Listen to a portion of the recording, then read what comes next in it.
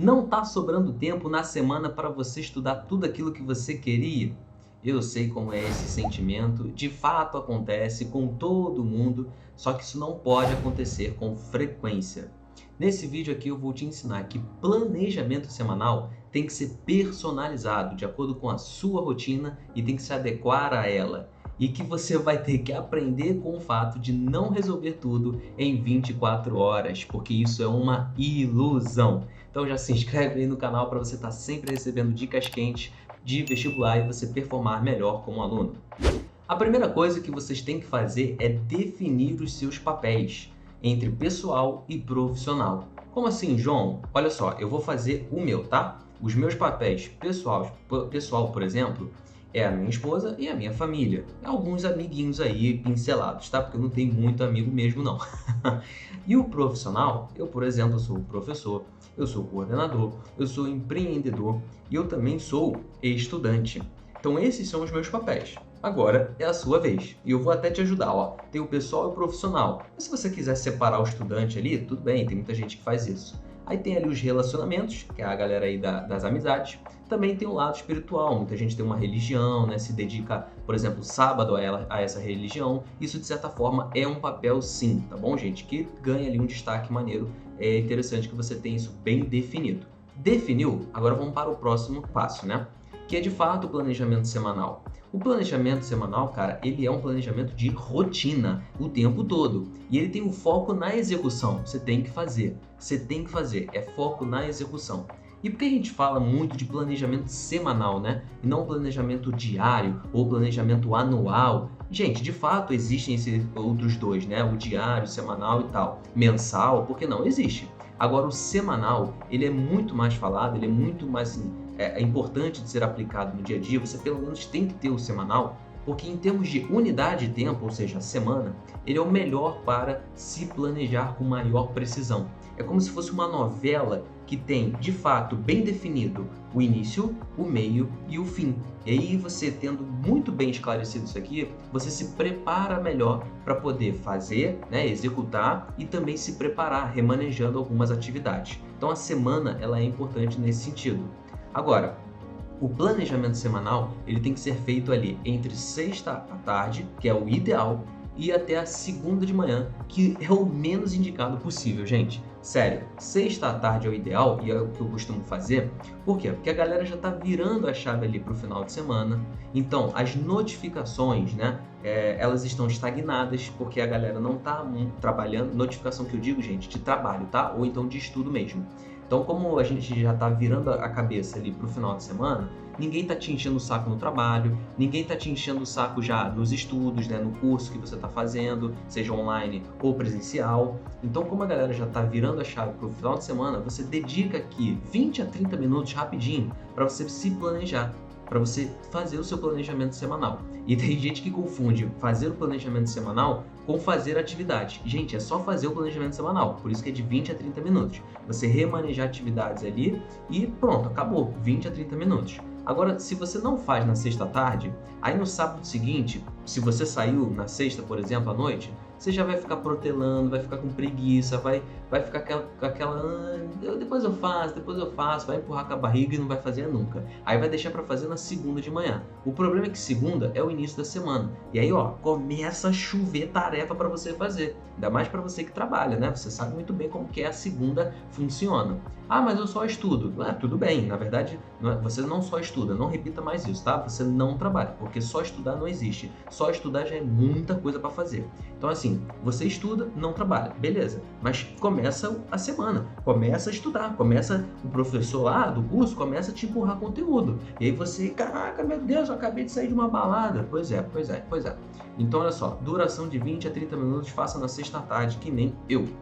E aí, olha só, eu gosto de trabalhar o planejamento semanal como sendo o seguinte: o que aconteceu, que é a semana anterior, e o que vai vir pela frente, que é a semana vindoura. Então, vamos começar olhando o que aconteceu, o que passou. Né? O que passou? Não. O que passou, a gente tem que dar uma olhada também. Semana anterior. Registre primeiro, cara, as tarefas pendentes, né? Porque matéria acumulada acontece. E você talvez não tenha conseguido fazer tudo no seu trabalho, ou nos seus estudos também. Então, registre essas tarefas aí pendentes. e elimine, obviamente, as tarefas que já foram executadas.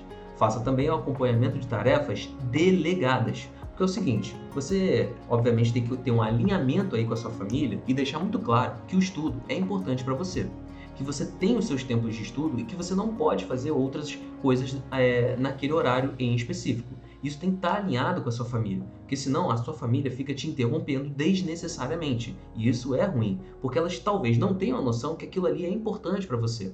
Tem que ter um alinhamento. Feito esse alinhamento, esporadicamente você vai pedir, por exemplo, para o seu irmão mais novo: pô, irmão mais novo, vai lá no supermercado comprar isso, porque eu preciso estudar isso aqui agora de maneira urgente.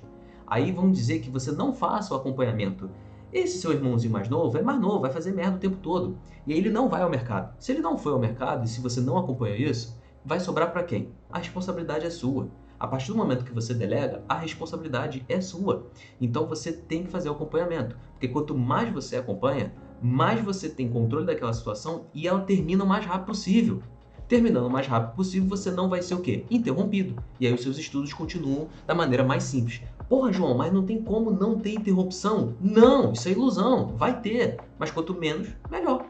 Vamos lá, continuando aqui. Agora a gente vai olhar para a semana vindoura. Olhando para a semana vindoura, a gente tem o seguinte, ó. Dimensionar ali as tarefas, compromissos também, né? Que foram propostas para aquela semana. Como assim dimensionar? Em relação ao tempo, né, gente? Porque, de repente, você que trabalha tem que fazer uma reunião com seus funcionários. Tem reuniões que são pequenas, tem reuniões que são grandes. Então você tem que dimensionar muito bem. Porque, de repente, aquela semana ali, você tá com a matéria acumulada, tem que estudar muito. Então, por que não pegar essa reunião que você tem que fazer, que também é importante, mas deixá-la para a próxima semana?